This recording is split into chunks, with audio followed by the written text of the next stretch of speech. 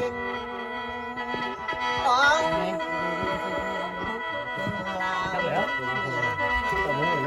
อีพ่อไอ้มาเด้อกันหน้าเก่ากะโตกันเก่ากะเต้นอีพ่อไอ้มาเด้อบ่อยคิวนักบ่อยคิดตักไม่คันเต็มในเนื้อคนพ่อเป็นต้องสาได้เป็นแพ้ไอ้มามือนี้เรื่องบ่มีเจ้าหาละแพ้ไอ้มาเด้อเต็มน้ำลังน้ำอาติดน้ำแข็งน้ำขาเจ้าตาก่อยว่าโอ้ยอีพ่อเอ้ยเมื่อเด้อเมื่อรักษาดินเจ้าเห็นโอ้ยเมื่อรักษาเดียนเจ้าห้องห้ามเลยคำเบิ้งอีพ่อเอ้ยเมื่อเด้อเราเก็บขนวดบ้านหลังเวลาแพ้ไว้หอมดอกห้างเอ้ยขนวดบ้านเก่าเอา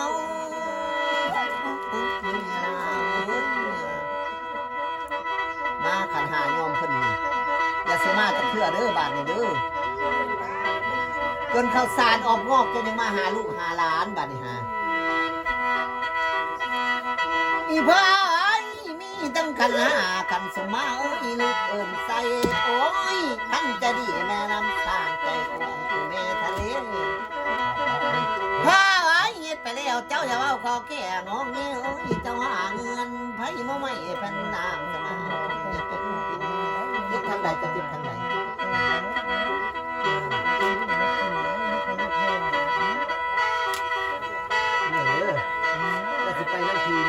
ได้บัดนี้ได้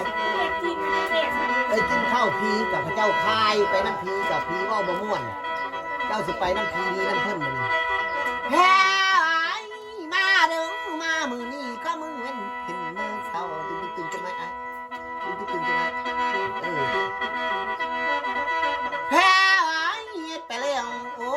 ยคนนี้บ่ไปน้ำเพียบ่ไปนี่น้ำเพิ่นได้เป็นเมื่อเด้อเมื่อรักษาดินเจ้าเห็นโอ้ยเมื่อรักษาดินเจ้าแพ้ไว้เย็ดไปแล้วข้อมือเว้นเข็นมือเขาขันข้อเจ็บเด้อข้อไข่ในยาสุมีแพ้ไว้เย็ดไปแล้วเมื่อเด้อเมื่อติดน้ำบ่อกอสาลาอีแม่เอ้ยขี่เรือเงินเรือทองขี่เรือทองเอ้ยเราตาพังขันทั้งขวาบอกให้ไปให้ว่าให้เว้ยข้ามไปเลยแพ้ไว้เฮ็ดไปแล้วเนาะละข่าวเอ้ยอีพ่อเอ้ยมาแต่กบแต่เก่าบ้านเก่ามึงหังมาเด้อเมื่อตามทางจะลองปองเจ้าเที่ยวขันทั้งขวาบอกให้ไปทางใดว่าให้เว้ยแพ้ไว้เฮ็ดไปแล้วเจ้าอย่าไปน้ำพี่เจ้าอย่าหนีน้ำเพิ่น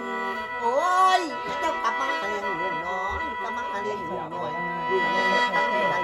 พาเด้อแพ้ไว้เฮ็ดไปแล้วขันเขาจะเจ้าตกท้องนาโอ้ยขันป้าตกท้องน้อยที่ปันเต็งแท่งปันตูเมื่อเด้อมาตาให้ท้องนานาทุกคนอ้าวลูกหลานเสื้อทรายได้ล่องก็ดีเมื่อเบิดนี่มีผลไม้ลากไม้เด้อนาเจ้านายก็ได้เอาพญานาคมาตามเป็นหลังกินเลย แพ้ไว้เมื่อละบ่เนาะละหาไว้ว่าบ่ค่อยนี่แพ้ไว้เมื่อแล้วตกที่นี่ปีหน้าปีสิมาบ่ให้พอกันใหม่เด้อก็สุมาเด้อบัดเฮาสิตัดให้เจ้าเลยเด้อได้ขอดึงตึงตั้งใจได้ตั้งใจสร้างกันดีเลย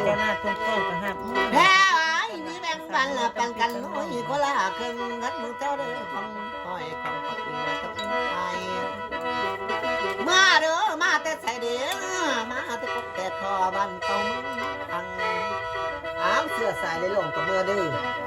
ที่ก็เด็ดสั่งใส่กันตามก็เด็ดเจ้าจะทองคนลองเจ้าอย่าถือผิดเด้อไอ้เจ้าส่วงเจ้าเศร้าเมื่อตามทางเจ้าล่องต้องเจ้าเที่ยวตกปีนี้ปีหน้าปีสิมาบ่ได้พ่อกันไม่บัดนี้เก็บได้ไข่นาวไข่ส่งให้เศร้าได้ว่ากินข้าวจับเค็มเสียวไก่จับบ่ได้แต่คอยเสียวหูมูเด้อเอายืนมันสั่นขี้ให้มันเที่ยงเด้อบัดนี้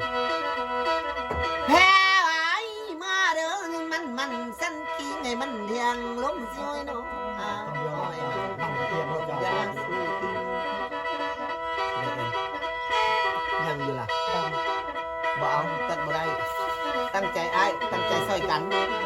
มันตัดบ่ได้นี่มันบ่ดีเด้นี่ตัดบ่ได้นี่ ถ้าได้แค่3เที่ยวนี่ ตั้งใจเอา นึกเอง นึกเอาในใจเด้อ ไปเสียพ่อ แพ้ไว้มีเรื่องมันเป็นกันเลย พญานาคหายนี่ เวลาเพิ่งรู้เจ้าเด้อ เราไปอยู่ตามกันคนละเพื่อนนะ หลายเด้อเมียเด้อ